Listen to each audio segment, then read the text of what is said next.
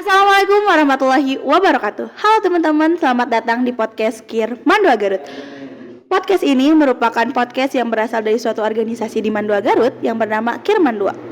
Untuk tayangan perdana kami mengundang seorang akang yang bisa dibilang kita itu sibuk, bisa dibilang sangat berpengaruh, dan juga akang yang paling wow gitu ya menurut angkatan kami. Silakan, Akang Ali. Yes. Halo Akang Ali. Openingnya gokil. Halo. Apa kabar? Alhamdulillah sehat ya. Oke, Kang Ali, kita tuh mau tahu nih, Akang Ali tuh kayak siapa dan jadi apa sih di sekolah Mandua Garut ini gitu? Siapa aku bukan siapa-siapa ya. Oke. Gokil teh. Sebelum itu ya aja tuh gokil itu KIR podcast ya pertama ya. Iya. Gokil. Doakan ya semoga bisa berlanjut untuk kemudian harinya. Amin. Okay. Adik-adik yang nonton harus ngelanjutin ya. Buat yang iya dong, harus ya biar seru gitu ya organisasi ini. Silakan Kang. Baik, siapa sih aku tehnya? Iya. Aku teh tak apalah aku siapa gitunya. Cuman ya orang-orang kenal aku dengan Mujahid Alia Rashid, biasa dipanggil dengan Ali ya. Oke, gitu. Iya, Kang Ali. Aku Ali. Terus apa sih aku di Mandua Garut ini? Aku siswa terdaftar resmi, ada NISN, ada NIS-nya juga resmi ya. Okay. Cuman mungkin yang maksudnya mungkin aku ketua OSIS terpilihnya ya. Iya, gitu. Betul banget. Sip. Gitu aja mungkinnya diri aku mah, bukan orang yang Oke, berarti Akang Ali itu di sekolah ini menjabat sebagai ketua OSIS ya, Kang? Ketua OSIS utama pasti ya, Kang? Ketua OSIS, ketua di Mandua Garut itu kan ketua OSIS itu ada satu, ketua umum disebutnya. Wakilnya ada dua, ketua satu sama ketua dua. Aku ketua umumnya. Oke, jadi Kang Ali ini merupakan ketua umum dari organisasi OSIS Mandua Garut, teman-teman. Nah, Akang itu bisa dipilih jadi ketua OSIS lah ya secara umum. Kayak ketua OSIS tuh gimana dan mengapa sih bisa jadi ketua OSIS gitu? Kalau mengapa, tentu kan banyak ya variabel-variabelnya yang ngebuat aku bisa jadi ketua OSIS ya. Yeah. Gitu, mungkin teman-teman percaya juga gitu ya, teman-teman percaya sama aku, atau juga mungkin emang visi misinya sejalan gitu ya gitu. Secara garis besar apa ya, mungkin yang nyebabinnya, aku juga nggak jauh beda sih sama ketua satunya gitu, nggak jauh beda juga. Siap. Gitu.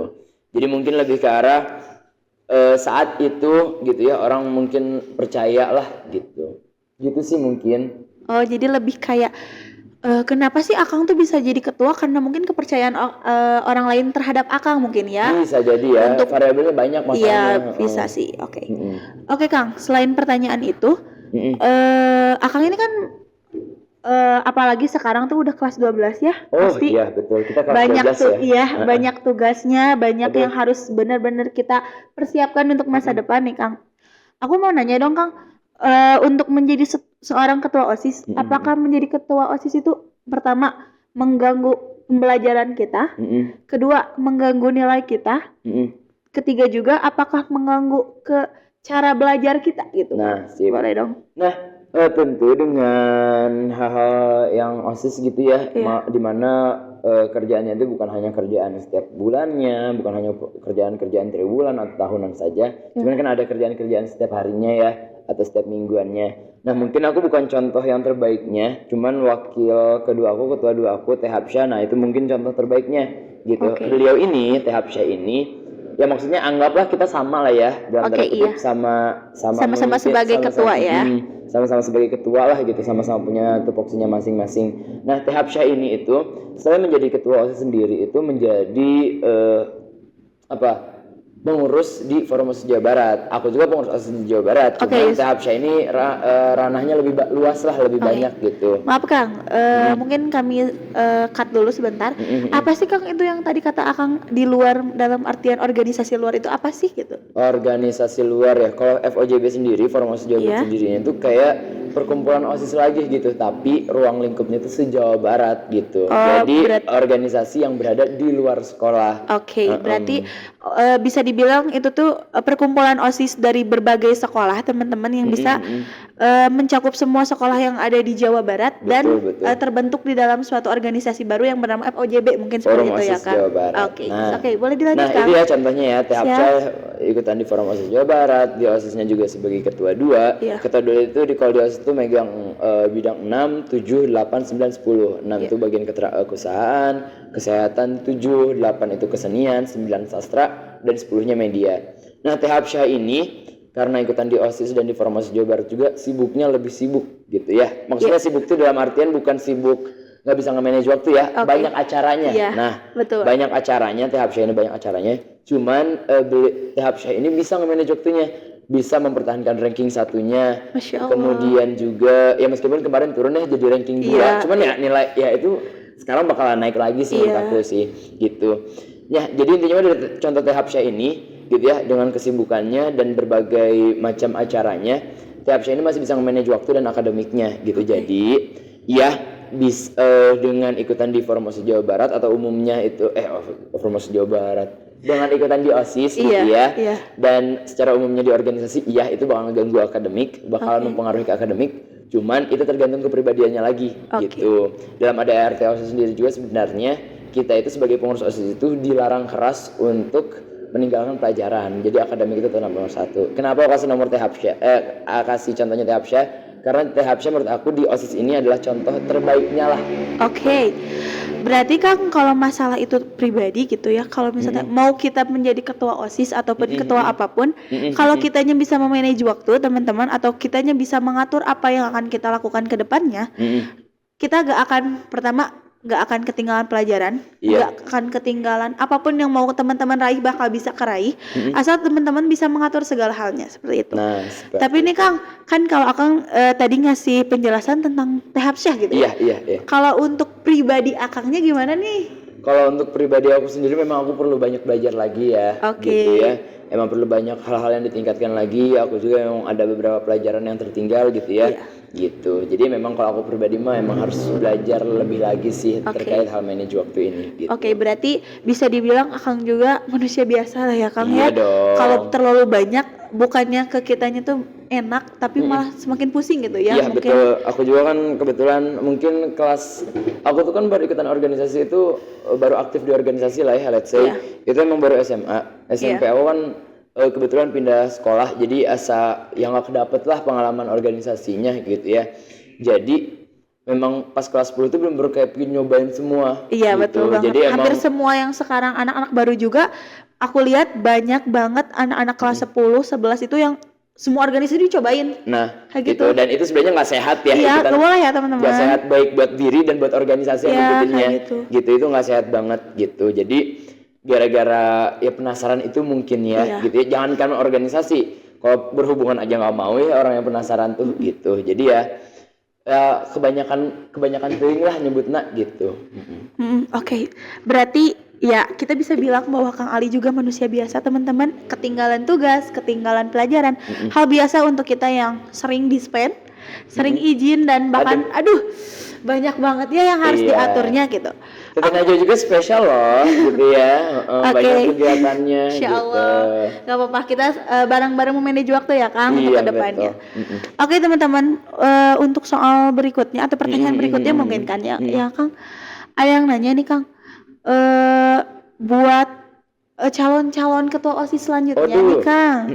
Karena kalau kita ngebahas bentar lagi kita lengser ya Kang. Iya dong. Beberapa bulan lagi. Minggu bahkan ya. Bahkan minggu teman-teman. Bentar lagi banget. Bentar lagi LPJ ya kita, laporan pertanggungjawaban. Oke teman-teman. Jadi Kang gini. Kang katanya teh kapan sih calon-calon ketua OSIS teh mau ditunjukin ke anak-anak, katanya tuh kayak aku kepo Kang, gimana? Siapa aja biar kita teh punya pilihan buat siapa yang mau dipilih. Terus kenapa sih Teteh sama Akang yang dipilih itu harus mencalonkan menjadi ketua OSIS? Alasannya itu seperti apa? Oke, jadi siapanya aja sama kenapa bisa dipilih? Kenapa mereka yang dipilih ya? Betul banget Akang. Oke, siapa sih yang dipilih? Nah, kami itu sistem pemilihannya itu memilih berdasarkan 3 aspek sebenarnya. Mereka yang memang punya skill gitu ya. Dan kemudian yang keduanya itu mereka yang memang ada keinginan untuk terus belajar gitu. Khususnya di sekolah kita, sekolah yang dinamis, kadang-kadang kan gak sesuai dengan harusnya A tapi B gitu ya. Karena memang kita tuh kadang-kadang suka tiba-tiba gitu ya. Jadi kita butuh seorang pemimpin yang adaptif seorang pemimpin yang bisa inisiatifnya itu tinggi gitu. Pertama tadi orang yang punya skill, kedua yang inisiatifnya tinggi, yang ketiga punya sifat kepemimpinan itu. Kepemimpinan pada dasarnya itu seperti yang kita ketahui ya materi kita, bahwa kepemimpinan adalah orang-orang yang bisa mempengaruhi orang lain gitu. Iya, betul banget. Itu 3 aspek kita gitu ya dalam pemilihan kita. Nah, dalam pemilihan ini kita lakukan dari fase 2. Fase 2 itu dari bulan kemarin, dari bulan Juli, dari awal kita masuk kelas 12 ya. Iya, betul. Gitu. Nah, dari situ kita lakukan penilaian ke teman-teman mitra muda kita gitu ya. Mitra muda itu artinya kelas 11 yang sekarang kelas 11 ya, gitu ya. Kita lakukan penilaian, lakukan pemilihan gitu ya. Dan sekarang karena udah beberapa bulan lagi, itu kita udah punya 9 nih, 9 calon. Banyak 9. Banyak ya Kang. Padahal yang kemarin itu kalau bisa dibilang 6 ya, atau 3 bahkan. Oh, 3 bahkan teman-teman. Wow, banyak banget ya Kang. Karena ada perubahan. Kalau dulu pas aku mah kan itu benar-benar yang nyalonnya itu cuman sendiri ya, sendiri. Jadi yang suara ke-1 jadi ketua umum, suara kedua jadi ketua 1, suara terakhir pang sendirinya bontot,nya jadi bungsu, jadi ketua 2 gitu. Nah, kalau yang sekarang itu diubah jadi ada 3 paslon, 3 pasangan calon ya, bukan pasangan calon ya, tapi ya anggaplah 3 paslon. Setiap masing-masing paslon ini udah lengkap nih, ada ketua umumnya, ada ketua 1 sama ketua 2-nya. Jadi total ada 9 gitu. Nah, jadi nanti paslon ini beradu gagasan, menyampaikan visi misi mereka, membuat teman-teman percaya dan membuat teman-teman memilih mereka mau Mandua Garut ini dibawa sama OSIS-nya itu ke arah mana, sama berdasarkan 3 pemimpin ini. Siapa aja? Mungkin nanti ya sebentar lagi bakalan di-spill ya, gitu ya. Mungkin sebentar lagi di-spill. Sekarang masih dalam proses wawancara dengan para wakil kepala, gitu ya. Nah, kenapa wawancara sama wakil kepala? Karena nanti untuk penentuan dulu ketua umum, ketua 1, ketua 2-nya gitu. Jadi pokoknya nanti diwawancara, dilakukan penilaian, berapa penilaiannya nih, mereka yang bagus. Nah, nanti bakalan dibagi-bagi sama rata 3 orang setiap paslonnya ada 3 orang. Gitu. Oke, berarti teman-teman dari 9 paslon itu kemungkinan kami tidak bisa bisa dibilang kita tuh nggak bisa ngebuka nih siapa nama-namanya ya teman-teman. Bukan nggak bisa sih, bisa aja. Bisa aja, kan biar rahasia ya Kang ya. Tapi Kang boleh nanya kan dari 9 paslon itu, dari setiap paslon itu terdiri dari 3 orang nih. Iya. Dan di mana 3 orang tersebut sudah ditentukan menjadi ketua umum, ketua 1 dan ketua 2. Terus Kang, untuk yang contoh dari 9 ini, misal di paslon pertama itu menang. Dari paslon 2 dan 3 itu akan menjadi apa ke depannya? Nah, ini kan sesuai juga dengan apa yang kami bahas di BPH ya, Badan Pengurus Harian gitu ya. Kemudian juga sesuai dengan instruksi dari pembina kami, Bapak Elas ya. Bahwasanya jadi ketika nanti salah satu paslon menang, nah mereka nih yang bakalan ngejabatnya. Jadi ketua umum, ketua 1, ketua 2-nya gitu ya. Betul. Nanti yang menang inilah yang bakalan nyusun kabinetnya sendiri gitu. Sedangkan paslon sisanya yang kalahnya itu tidak diharuskan untuk bertugas gitu. Jadi tidak diharuskan untuk jadi sekretaris yang juara 2, yang juara 3 jadi bendahara atau gimana. Cuman itu mah gimana sih paslon yang menangnya ini. Apakah mau melibatkan mereka di dalam BPH-nya, Badan Pengurus Hariannya, mau dijadikan ketua bidangkah, atau mau dijadikan pengurus bidang saja seperti itu. Jadi pokoknya itu mah gimana yang menangnya aja gitu. Oh, berarti Akang dalam artian jadi enggak kita ya yang mengatur, dalam artian purna lah ya, atau alumni yang menentukan kayak dari paslon 2 dan 3 itu sisanya tuh harus menjadi seperti ini. Tapi kembali lagi kepada para pengurus intinya mungkin ya, ke bawahnya seperti apa, karena mungkin para pengurus inti juga sudah tahu siapa yang lebih cocok dan siapa yang lebih pas gitu untuk menduduki setiap jabatan-jabatan yang akan mereka ambil. Mungkin seperti itu ya Kang? Iya, seperti itu. Jadi kami itu sebagai, kalau di OSIS sama di MPK itu nyebutnya dewan mungkin ya. Nanti ya ketika jabatnya ya, ketika nanti selesai mah purna sama ya. Sama. Gitu. Kita tuh nggak bakalan nyampur tanganin kamu harus milih sini, kamu harus milih sini gitu. Cuman kan memang tadi udah dijelasin ya, dari fase 1 itu kita kan udah ngelakuin penilaian. Kami mah nanti dalam bentuk dokumen kami berikan ke paslon yang menang. Nih dokumennya, ini hasil analisis kami, ini data-datanya, ini orang ini bagusnya di sini, bagus orangnya di sini. Jadi itu data dari kitanya gitu ya. Cuman kan mereka punya tadi kata-katanya juga punya datanya sendiri, tahu mereka berinteraksi dengan merekanya sendiri itu bagaimana gitu ya.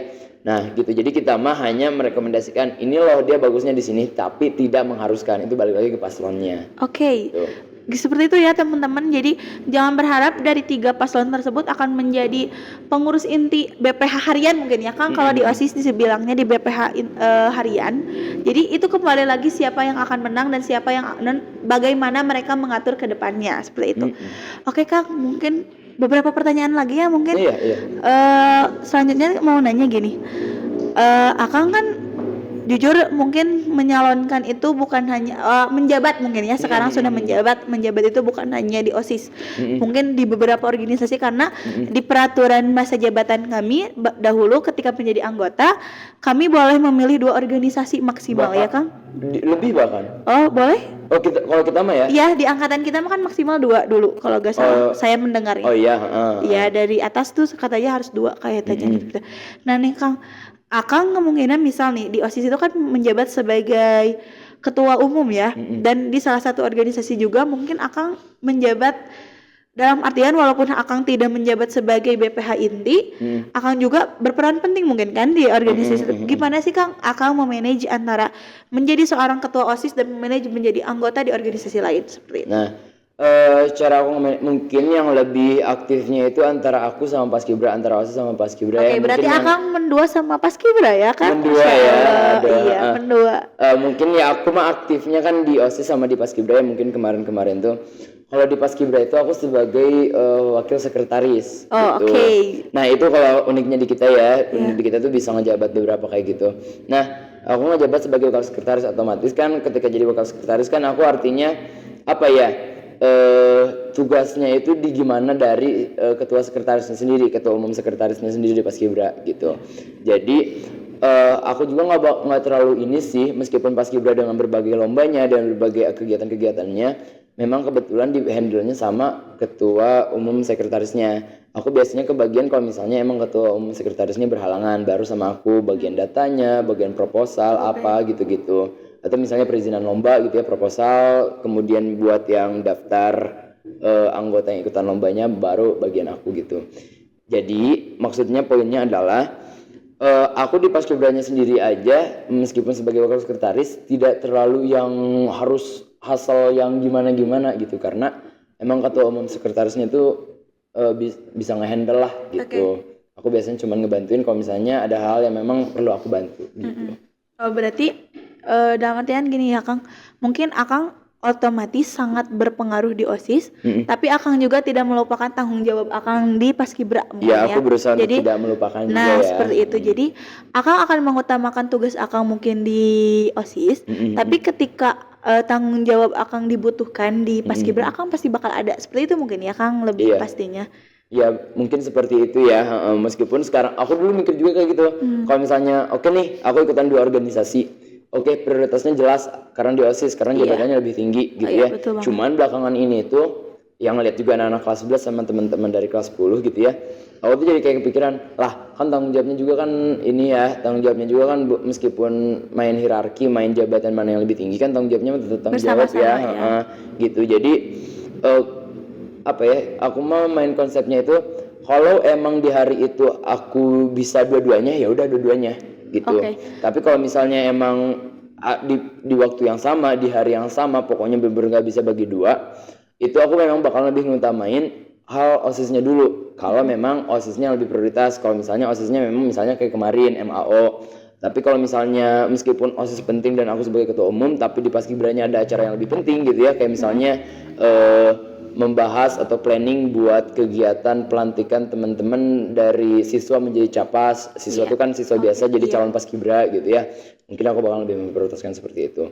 Jadi memang belakangan ini mungkinnya baru-baru sadar kayak belakangan itu kayak iya, maksudnya meskipun jabatannya lebih tinggi di organisasi lain, sebenarnya tanggung jawab at the end of the day tanggung jawab juga gitu harus. Gitu. Tuh berarti buat Akang Teteh yang menjabat mungkin enggak hanya untuk Kang Ali, untuk Akang Teteh yang menjabat beberapa kali di beberapa organisasi, Akang Teteh tuh kami titipkan untuk bisa memanage waktu antara organisasi A dan organisasi B, atau bahkan secara tidak langsung untuk akang-akang yang memiliki 3 atau 4 lebih dari organisasi ya, kamu minta untuk bisa memanage waktunya Akang Teteh biar misal nih, Akang itu misal kayak Akang ya tadi di OSIS sama di Paskibra. Akang tuh terlalu fokus di OSIS tapi lupa di organisasi Paskibra. Jangan sampai kalian mengganggu keseimbangan di organisasi yang kalian anjurkan. Seperti itu teman-teman. Makanya itu yang dimaksud tadi ya, ikutan banyak organisasi sendiri itu nggak sehat. Nah juga. gitu, iya soalnya kadang ada orang yang lupa tanggung jawabnya di organisasi lain ya Akang ya. Bener-bener kayak yang kata Bobogan itu ya, awalnya penasaran tapi pas udah nggak tahu rasanya kayak Iya kayak orang ghosting. pacaran ya, benar-benar oke. Itu metafora kayak gitu tuh sebenarnya itu pembahasan aku, Teh Sally sama Teh Hapsya, besti-bestian inilah anak-anak OSIS. Anak OSIS guys. Jadi buat teman-teman yang nyangkanya Akang OSIS kayaknya tegang-tegang banget, enggak guys, bahkan mereka tuh kayak bestie banget ya, bisa dilihatnya setiap ketua, sekretaris sama bendahara tuh kayak mereka tuh solid banget, bahkan kalau lagi belajar atau apa tuh kayak benar-benar berkumpul kayak gitu loh teman-teman. Makanya buat teman-teman yang mau join OSIS boleh ya di open. Oh iya dong, terutama yang kalian kelas 11 sama kelas 10 sih. Iya betul. Tapi kelas 11 kita udah banyak sebenarnya mah, orang-orangnya juga udah bagus. Jadi kalau mau mungkin yang kelas 10 ya, kelas 11 boleh. Cuman emang lombanya harus levelnya benar-benar harus lebih banget gitu. Iya, harus bisa bersaing dengan anggota OSIS kelas 11 yang sudah unggul di OSIS ya Kang, seperti itu. Oke Kang, pertanyaan selanjutnya nih, aku mau nanya, ada titipan pertanyaan nih sebenarnya dari orang, cuman kita nggak akan buka siapa orangnya. Jadi pertanyaannya tuh gini Kang, katanya setiap organisasi untuk perkumpulan itu diatur oleh OSIS, betul Kang? Setiap perkumpulan organisasi diatur oleh OSIS. Iya, untuk waktunya. Oh iya. Ya.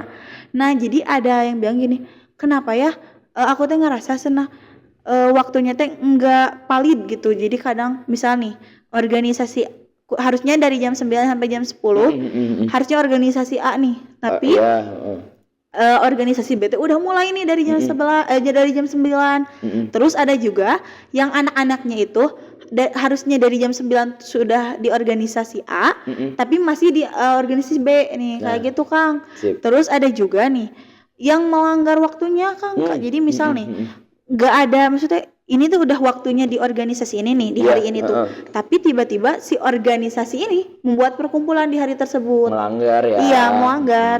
Nah itu Teh, awalnya kenapa ada jadwal dulu ya, latar belakang dulu kenapa ada jadwal sih, karena tadi ya di Mandua Garut sendiri tuh emang peminat untuk organisasi itu banyak banget ya. Iya betul banget.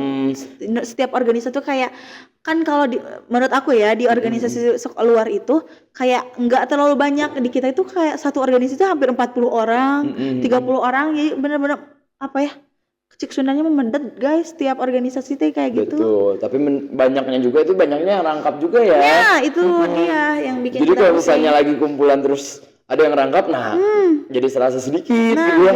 Nah jadi latar belakangnya di situ. Latar belakangnya kenapa ada jadwal itu karena memang kita di Mandua Garut sendiri itu banyak banget nih gitu ya yang double organisasi, bahkan sampai lebih dari 2 gitu. Sehingga sebenarnya ini bukan ide yang baru juga, lebih ke arah ide-ide sebelum-sebelumnya juga sudah ada gitu ya, cuman nggak kejalanin di 2 atau 3 periode sebelumnya lah gitu ya. Ya 2-3 periode sebelumnya lah gitu ya. Gitu makanya kemarin tuh dapat ide gitu ya, gimana kalau gini-giniin, ternyata baru tahu oh itu juga ide-ide sebelum-sebelumnya sudah ada gitu.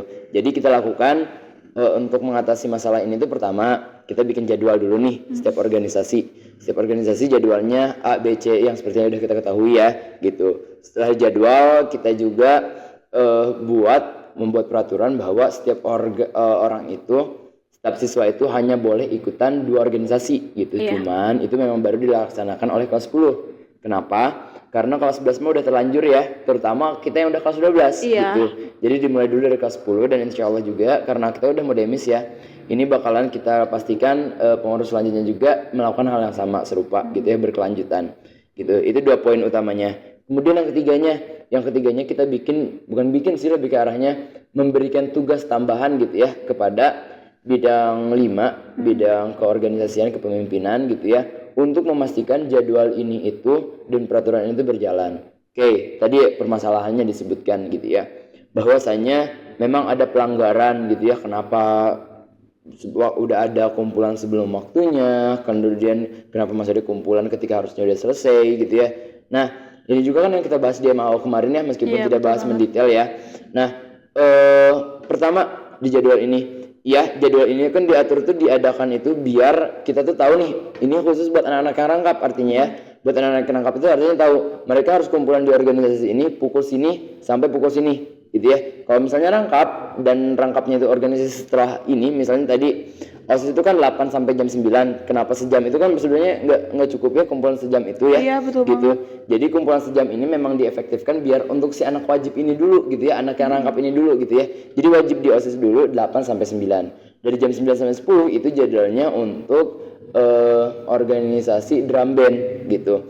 Jadi kalau misalnya si anak ini di OSIS dan ikutan drum band gitu ya, dari jam 8 sampai jam 9 dia wajib ada di OSIS. Meskipun drum band misalnya udah dari jam 7 gitu ya, tapi jam 8 jam 9-nya wajib di OSIS. Nah, dari jam 9 jam 10 kalau emang harus ke PMR lagi PMR. Kalau misalnya harus ke DB lagi, nah dia wajib ke DB dulu gitu, wajib di DB. Setelah itu dialah yang memutuskan mau balik lagi ke OSIS kalau misalnya OSIS masih kumpulan atau mau stay di DB gitu. Jadi memang jadwal ini tuh dibuat buat anak-anak yang anak-anak yang rangkap. Kalau anak-anak yang nggak rangkap, misalnya udah pure OSIS deh, kita nyebutnya pure ya, yaitu murni di OSIS, pure OSIS gitu ya, murni di OSIS. Ya kumpulannya itu nggak wajib dari jam 8 jam 9 sampai memang waktu rapat itu ditentukan saja gitu. Kalau misalnya rapatnya hari itu memang ngebahas mau planning buat kegiatan-kegiatan OSIS selanjutnya, kan mungkin butuh beberapa jam, 2 jam 30 menit biasanya tuh. Nah, itu kan otomatis bakalan ambil waktu OSIS sama keambil waktu drum band. Tapi kalau mereka yang pure OSIS mah ya udah lanjutin aja, nggak perlu pindah organisasi. Sehingga kalau misalnya kayak drum band sendiri yang misalnya dari jam 8 atau dari jam 7 harus mulai, ya silahkan saja. Tapi kalau misalnya salah satu anggotanya itu anak OSIS, jam 8 jam 9-nya wajib di OSIS dulu. Begitu pula untuk semua organisasi. Jadi memang jadwalnya itu khusus untuk mereka-mereka yang double gitu. Jadi itu jadwal wajib untuk mereka yang double. Kemudian jadi sebenarnya sah-sah aja sih ya sebenarnya mah gitu. Nah, kemudian selanjutnya tadi kalau yang lebihnya gimana nih? Gitu kan, kalau tadi mah kan mulai sebelum waktunya. Iya. Itu mah kan nggak masalah, tadi udah dijelasin. Kalau ini mah bagaimana kalau misalnya itu udah waktu kumpulannya organisasi lain, tapi kenapa masih di organisasi itu? Kayak tadi misalnya udah di OSIS ini udah sampai jam 9 nih, kenapa masih di OSIS? Harusnya kan ke drum band gitu.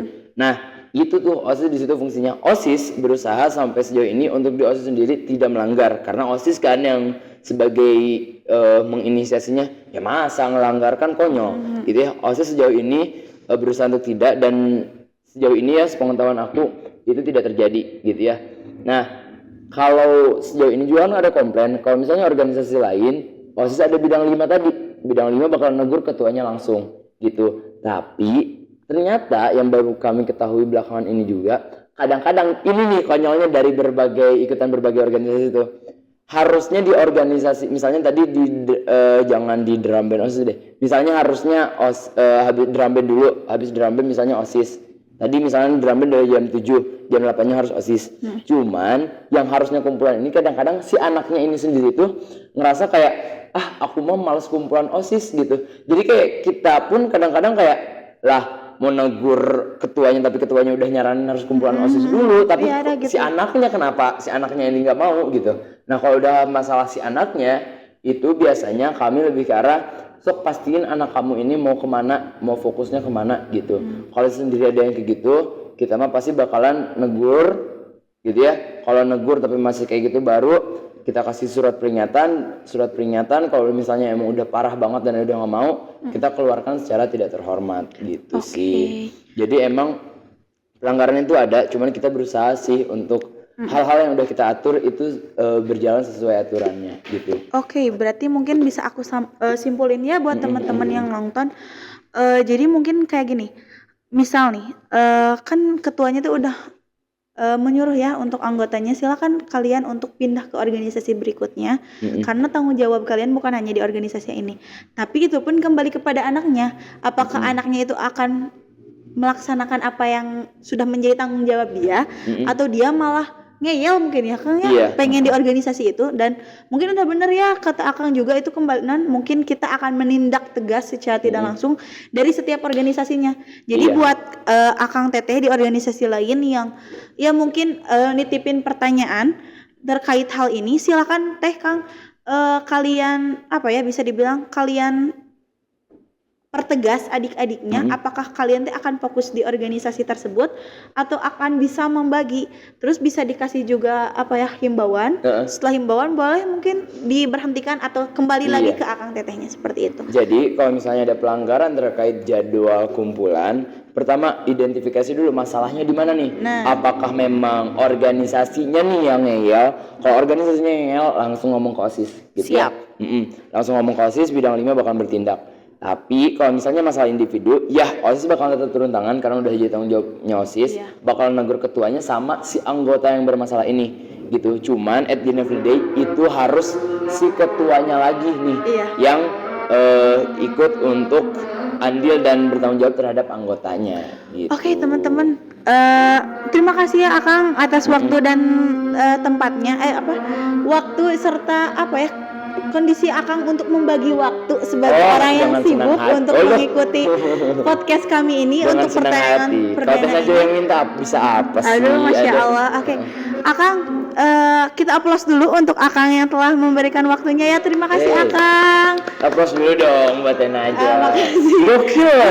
Ini juga kalau misalnya Teh Hapsyah kemarin ini juga salah satu Teh Hapsyah tuh pingin banget punya podcast. Oh, mungkin ini salah satu prokja OSIS mungkin ya, ingin mengadakan podcast juga. Cuman keduluan sama Tenajwa, gokil Tenajwa. Oh iya dong. Terima kasih juga, jangan lupa kepada pembina kami Bapak Diki. Terima kasih Bapak atas waktu serta tenaga dan juga effortnya lah Pak. Ya Pak. Terima kasih banget hingga kami bisa mewujudkan satu persatu prokja kami di KIR. Oke.